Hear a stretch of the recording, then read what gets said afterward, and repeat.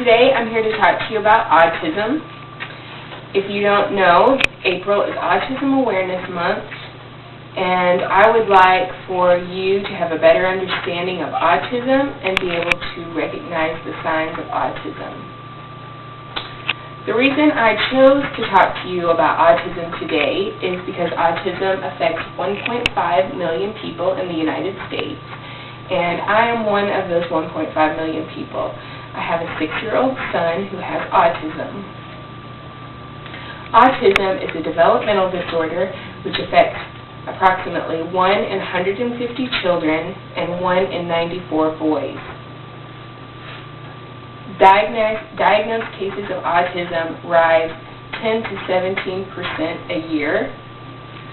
And as you can see from this graph, in 1992, the reported cases of autism were approximately 15,000, and they have risen to about 258,000 in 2007. There's no evidence to the cause of autism.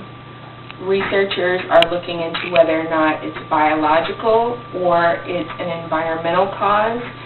Some think that it is probably both. Autism affects communication. A lot of autistic people have very limited vocabulary or no speech at all. They lack social skills. They find it hard to interact with other people, usually because of their limited vocabulary. Many autistic people have sensory problems. They are either undersensitive or oversensitive to light, touch, smell, and noise. Autism is a spectrum disorder, and what that means is no two autistic people are alike.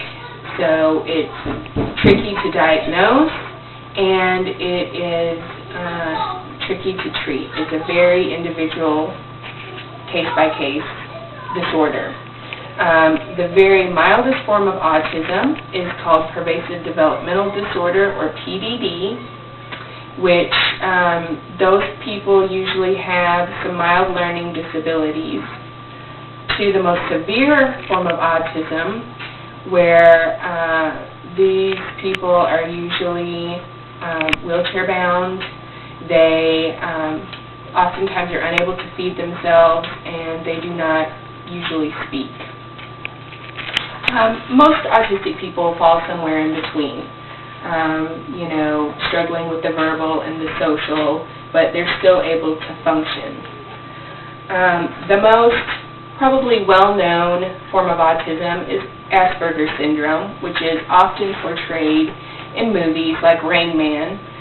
These people usually appear very normal, and they will have genius in a particular interest to them, whether it be mathematics or music, art, etc. But they still suffer from oftentimes debilitating anxiety and obsessive-compulsive disorders. There's no way to determine if a child will have autism. At this point, there's no blood tests or analysis that can be done before birth or immediately afterwards. Autism is usually noticed within the first 3 years of life, when a child appears to be having some delays meeting their milestones. Signs of autism, according to the Autism Society of America, are speech delays, self-stimulatory behavior, which is rocking or hand flipping. Oftentimes the children are more interested in parts of a toy rather than playing with the toy itself. For example, they might be more interested in watching a tire on a car spin than actually pushing the car across the floor. Autistic children oftentimes lack eye contact, or they may not respond to their name at all.